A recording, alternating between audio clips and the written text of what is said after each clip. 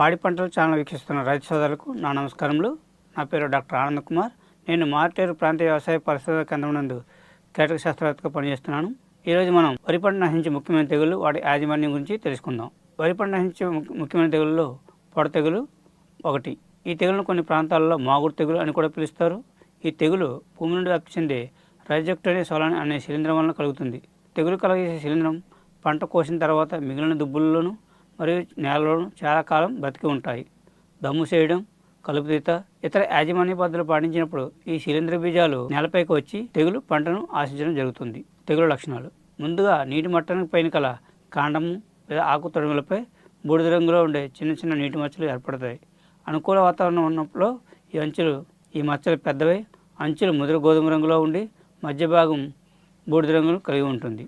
ఈ మచ్చలు చూడటానికి పాముపొడ మచ్చల్లా కనిపిస్తాయి. తెగులు ఉధృతి ఎక్కువగా ఉన్నప్పుడు దుబ్బు పూర్తిగా ఎండిపోవడం జరుగుతుంది.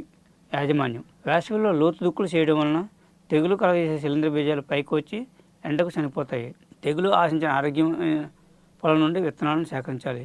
కిలో విత్తనానికి 3 గ్రాముల కార్బనిజంతో పొడి విత్తన శుద్ధి తప్పనిసరిగా పాటించాలి. చేలగట్లపై కలుపు లేకుండా చూసుకోవాలి. దమ్ములు చేయడానికి 10 రోజుల ముందుగా పొలానికి పూర్తిగా నీరు పెట్టి 2 రోజుల తర్వాత ఆ నీటిని బయటకు తీసే వలన నేలలో ఉన్న శిలీంధ్ర బీజాలు బయటకు పోతాయి.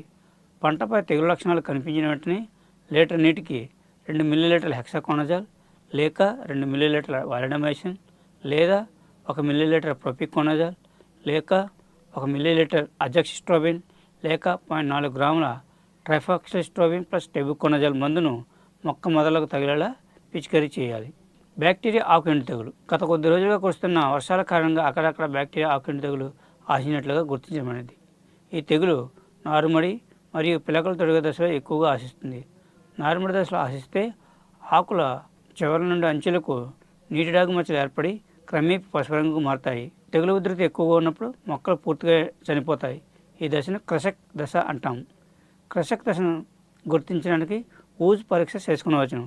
రైతులు సులభంగా ఈ పరీక్షను చేసుకోవచ్చు. తెగులు సోకిన ఆకులను చిన్న చిన్న ముక్కలుగా కత్తిరించి గాజు గ్లాసులోని నీటిలో వేసినప్పుడు తెగులు సోకిన భాగాల నుండి బ్యాక్టీరియా నీటిలోనికి స్రవించి 2 గంటల తర్వాత నీరు పసుపు పచ్చగా మారి నీటి గాఢత కనిపిస్తుంది. దీన్ని బట్టి తెగులను బ్యాక్టీరియా ఎండోకు తెగులుగా గుర్తించవచ్చును. ఎండోకు దశ: ఈ దశ రెండవది.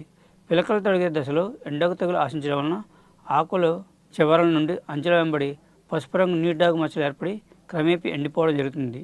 ఉదయం వేళల్లో పంటను గమనిస్తే తెగులు సోకిన భాగాల నుండి పసుపు రంగులో ఉండే జిగురు లాంటి పదార్థం బిందువులుగా అంటుకుని ఉండటం గమనించవచ్చును.